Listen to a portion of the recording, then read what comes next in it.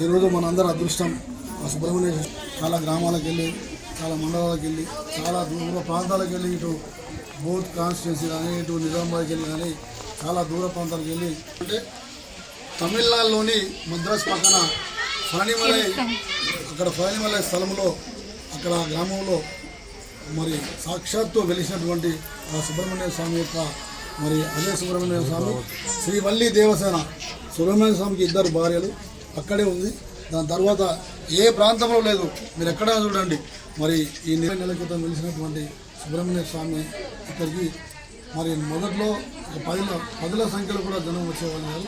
కానీ ఇక్కడ స్థల ప్రభావం స్థల మాధ్యమం కానీ వచ్చిన వాళ్ళందరికీ మరి ఎవరైతే 11 వారాలు మరి నిష్ఠతో నియమాలతో మరి 78 ప్రదక్షిణలు చేసి మరి ఆ 11 వారాలు మీ ఇంటి వాళ్ళందరూ ఒక్క బుద్ధితోటి మనసా వాచ కర్మను పూజిస్తే ఆయన మనస్ఫూర్తిగా దీవిస్తాడు.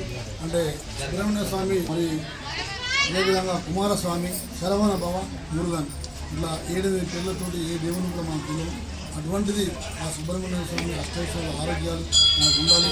ఎందుకంటే మనకు ఉన్నటువంటి కష్టాలు తొలగిపోవాలంటే కావడి సేవ అంటే కావడి సేవ కానీ వ్రతోత్సవంలో పాల్గొనడం కానీ వంతమ్మ కోరికలు ఏదో ఆకాశంలో చూడబడేటువంటి కోరికలు మనం కోరుకునేటువంటి అంటే సమంజసమైన కోరికలు.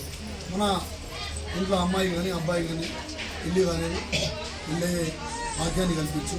మరి సంతానం లేదు చాలామందికి, కొంతమంది దీర్ఘకాలంగా సంతానం లేని సంతాన ప్రాప్తులు, అనారోగ్యంతో బాధపడేవాళ్ళు, ఆరోగ్యం బాగాలేదు బాధపడేవాళ్ళు ఉంటారు.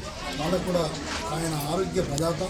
మరి మన పిల్లల చదువులు కానీ పిల్లల విదేశీ ప్రకటన కానీ మన ఉద్యోగం కావాలంటే స్వామివారిని 11 వారాలు పూజ చేసి మనస్ఫూర్తిగా పూజ చేసినట్లయితే